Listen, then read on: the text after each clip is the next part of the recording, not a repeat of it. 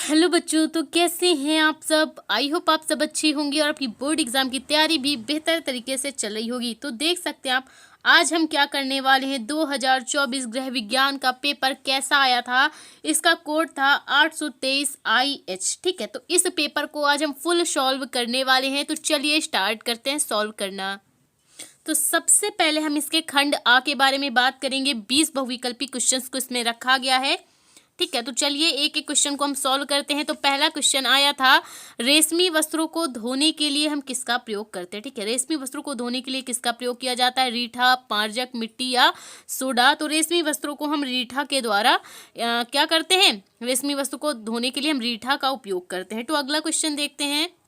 हमारा अगला क्वेश्चन है, आय व्यय में संतुलन हेतु कौन सा साधन उपयुक्त होगा, वार्षिक बजट, साप्ताहिक बजट, मासिक बजट या फिर दैनिक बजट। तो आय व्यय में संतुलन हेतु मासिक बजट साधन उपलब्ध होगा। ठीक है, अगला क्वेश्चन देखिए, पारिवारिक बजट का मुख्य मद क्या है। पारिवारिक बजट का मुख्य मद क्या है, भोजन, मनोरंजन, दुकान या फिर फर्नीचर। ठीक है, तो पारिवारिक बजट का मुख्य मद भोजन है। अगला क्वेश्चन देखते हैं, पुष्पा ने परिवार के लिए 38.67 मीटर पॉपलिन का कपड़ा खरीदा और 10.30 मीटर मार्किन का कपड़ा खरीदा, 75.40 मीटर रेयॉन का कपड़ा खरीदा।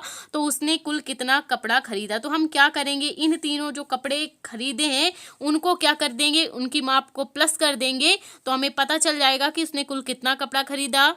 तो जब आप तीनों को जोड़ लेंगे तो टोटल निकल के आएगा 124.37 मीटर कपड़ा उसने खरीदा। तो चलिए देखते हैं अगला क्वेश्चन।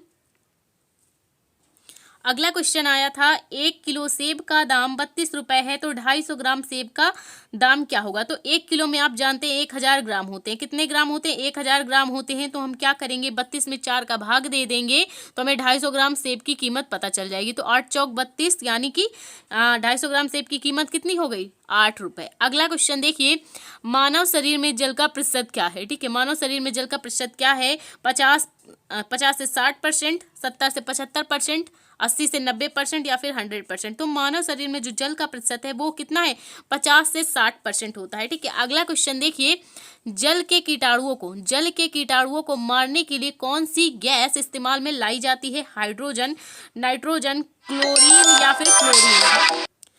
जल के कीटाणुओं को मारने के लिए कौन सी गैस इस्तेमाल में लाई जाती है, हाइड्रोजन, नाइट्रोजन, क्लोरीन या फिर फ्लोरीन। ठीक है, तो जल के कीटाणुओं को मारने के लिए क्लोरीन गैस इस्तेमाल में लाई जाती है। अगला क्वेश्चन था, टिटनेस रोग में जीवाणु पाए जाते हैं। ठीक है, मिट्टी में पाए जाते हैं, जंग लगे लोहे पर पाए जाते हैं, गोबर में पाए जाते हैं या फिर इनमें से सभी में। ठीक है, टिटनेस रोग के जो जीवाणु है मिट्टी में भी पाए जाते हैं, जंग लगे लोहे पर भी पाए जाते हैं, गोबर में भी पाए जाते हैं, इसलिए इनमें से सभी हो जाएगा। अगला क्वेश्चन देखिए, मोच की क्या पहचान है। मोच की क्या पहचान है, दर्द, सूजन, मांसपेशियों का खिंचाव। ठीक है, तो मोच की पहचान दर्द भी होती है, सूजन भी होती है, मांसपेशियों के खिंचाव से भी मोच आ जाती है, अर्थात इनमें से सभी, इन सभी से क्या होगा, मोच आ जाती है। अगला क्वेश्चन है, आहारी रेशे किस वर्ग से संबंधित है, साधारण कार्बोहाइड्रेट, जटिल कार्बोहाइड्रेट, विटामिन या फिर प्रोटीन। अगला क्वेश्चन देखिए, गुड़ किसकी प्राप्ति का अच्छा स्रोत है, विटामिन डी का, प्रोटीन का, लौह लवण का या फिर सोडियम का। तो सबसे पहले हम आपको बता दें, गुड़ में क्या पाए जाते हैं, विटामिन, आयरन सब पाए जाते हैं। ठीक है, और आयरन क्या है, आयरन है में होता है लौह लवण। आयरन किसका स्रोत है, लौह लवण का, इसलिए विकल्प सी सही हो जाएगा। अगला क्वेश्चन देखिए, त्वचा की सुरक्षा के लिए कौन सा विटामिन आवश्यक है। ठीक है, तो त्वचा की सुरक्षा के लिए कौन सा विटामिन आवश्यक है, vitamin A, vitamin B, vitamin C या फिर विटामिन के। ठीक है, तो त्वचा की सुरक्षा के लिए विटामिन सी आवश्यक है, विटामिन सी की कमी से त्वचा रोग होते हैं। अगला क्वेश्चन देखिए, एक स्वस्थ सामान्य व्यक्ति के शरीर का तापमान कितना होता है, 97.4 डिग्री फ़ारेनहाइट या फिर 98.4 डिग्री फ़ारेनहाइट, 98 डिग्री फ़ारेनहाइट या फिर 98.8 डिग्री फ़ारेनहाइट। ठीक है, एक स्वस्थ मनुष्य के शरीर का जो तापमान होता है, कहीं कहीं पे 98.6 डिग्री फ़ारेनहाइट दिया हुआ है, लेकिन यहाँ पे ये विकल्प नहीं है, तो 98.8 डिग्री फ़ारेनहाइट हो जाएगा एक स्वस्थ मनुष्य के शरीर का तापमान। अगला क्वेश्चन है, हड्डियों की मजबूती के लिए आवश्यक है विटामिन डी और कार्बोहाइड्रेट्स, विटामिन डी और प्रोटीन, कैल्शियम और प्रोटीन, विटामिन डी और कैल्शियम। ठीक है, तो हड्डियों की मजबूती के लिए विटामिन डी और कैल्शियम जरूरी है। अगला क्वेश्चन देखिए, शरीर निर्माणक तत्व कौन से हैं, शरीर का निर्माण किन तत्वों से होता है, कार्बोहाइड्रेट्स, विटामिन, प्रोटीन या फिर वसा। तो शरीर के निर्माण के लिए जरूरी तत्व कौन सा है, प्रोटीन है। अगला क्वेश्चन देखते हैं, अगला क्वेश्चन देखिए, नाड़ी की गति प्रति मिनट कितनी होती है? 72 से 80, 80 से 90, 90 से 100 या 100 से 120। तो नाड़ी की जो गति है प्रति मिनट, 1 मिनट में 72 से 80 होती है। ठीक है, अगला क्वेश्चन देखते हैं। अगला क्वेश्चन है, रेशमी वस्त्रों में चमक लाने के लिए हम किसका उपयोग करते हैं?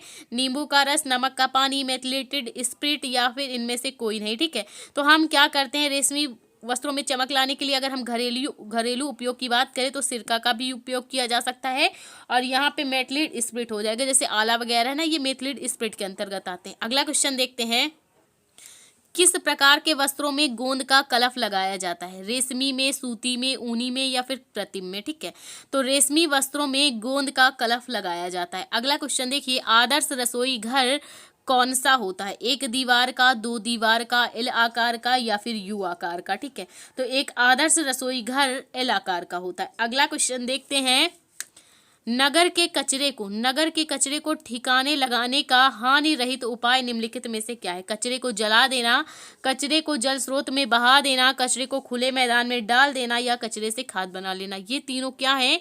ये तीनों ही नुकसानदायक। अगर हम कचरे को जलाएंगे तो उसका धुआं नुकसान करेगा, कचरे को जल स्रोत में बहा देंगे तो पानी खराब हो जाएगा, कचरे को खुले मैदान में डाल देंगे तो क्या होगा? तब भी बीमारियां फैलेंगी, मच्छर वगैरह फैलेंगे। अगर हम कचरे से खाद बना लेंगे तो वो क्या होगी? उपयोगी होगी। अगला क्वेश्चन देखिए, खंड बा 21वां नंबर क्वेश्चन है, यदि आलू का मूल्य 2.75 किलोग्राम है तो 10 किलोग्राम आलू का मूल्य कितना होगा? ठीक है, आलू के 1 किलो की कीमत 2.75 किलोग्राम है, तो हम क्या करेंगे, 10 किलो आलू के लिए हम क्या करेंगे, 1 किलो आलू का जितना मूल्य है उससे गुणा कर देंगे तो क्या हो जाएगा, 27.50 आ जाएगा और 50 पैसे। ठीक है, तो ये जीरो हट जाएगा तो 27.5 इसका आंसर हो जाएगा। अगला क्वेश्चन है, शुद्ध जल के आवश्यक गुण क्या है? ठीक है, तो शुद्ध जल कैसा होता है? रंगहीन, गंधहीन और स्वादहीन होता है। ठीक है, शुद्ध जल रंगहीन, गंधहीन और स्वादहीन होता है। अगला क्वेश्चन देखते हैं, रेशमी सूती वस्त्रों का पीलापन कैसे दूर किया जाता है? ठीक है, सूती वस्त्रों के पीलापन को दूर करने के लिए आपको पता है मेथिलेटेड स्पिरिट का यूज़ किया जाता है, आला का भी यूज़ किया जाता है, और आप चाहें तो इसमें जैसे सिरका है, सिरका डाल के भी साफ कर सकते हैं। ठीक है, तो इस टाइप से क्या किया जाता है, सूती वस्त्रों का पीलापन दूर किया जाता है। अगला क्वेश्चन आया था, जीवन रक्षक घोल किस रोगी को दिया जाता है? 2 नंबर का क्वेश्चन था। अगला है, नाड़ी की गति पर किन बातों पर प्रभाव पड़ता है? अगला क्वेश्चन आया था, जल में घुलनशील विटामिनों को पकाने के लिए आपको क्या सावधानियां बरतनी होंगी? 2-2 नंबर के आपके क्वेश्चन थे।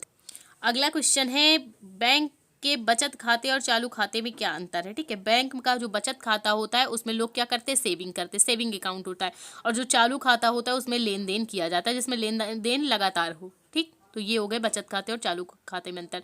थर्मामीटर की क्या उपयोगिता है? रोगी का तापमान लेते समय किन किन बातों पर ध्यान रखना चाहिए? बुखार वगैरह हर आजकल हर चीज़ नापने के लिए हम क्या करते हैं, ज़्यादातर बुखार में ये थर्मामीटर का उपयोग किया जाता है। ठीक है, तो अगला क्वेश्चन देखते हैं। अगला क्वेश्चन है, पर्यावरण प्रदूषण जनजीवन को कैसे प्रभावित करता है? ठीक है, पर्यावरण प्रदूषण कई प्रकार के होते हैं, जल प्रदूषण, वायु प्रदूषण, ध्वनि प्रदूषण, रेडियोधर्मी प्रदूषण। तो ये मनुष्य के शरीर में बहुत प्रकार से क्या करते हैं, मतलब उस जनजीवन को प्रभावित करते हैं। ठीक है, चाहे रेडियोधर्मी हो, वो हमारे कानों को डिस्टर्ब करता है, वायु प्रदूषण हमारे शरीर में मतलब कई सारी बीमारियां ले आता है, इस टाइप से ये प्रभावी हैं। ठीक है, अगला क्वेश्चन है, ऊनी और रेशमी वस्त्रों का रखरखाव एवं सुरक्षा किस प्रकार करनी होगी, ये बताना था। अगला क्वेश्चन आया था, भोजन पकाने से पहले, पकाते समय और परोसते समय किस प्रकार की स्वच्छता रखनी होगी, क्यों? ये तो बहुत ही आसान है, सब लोग कर सकते हैं।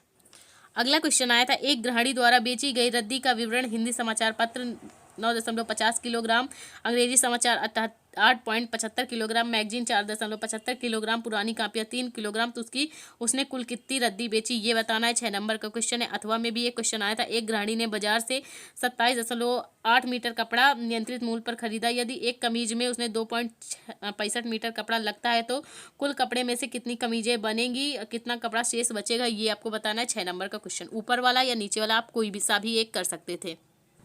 अगला क्वेश्चन आया है, वस्त्रों की सुरक्षा एवं उनके रखरखाव के उपायों का उल्लेख कीजिए, या फिर घायल के स्थानांतरण से क्या तात्पर्य है, स्थानांतरण की विधियां बतानी। 6 नंबर का क्वेश्चन आया था। अगला क्वेश्चन था, निम्न रोगों के कारण रोग की अवधि के समय भोजन कैसा होगा, मियादी बुखार का या फिर अतिसार का। 6 नंबर का आपका क्वेश्चन था।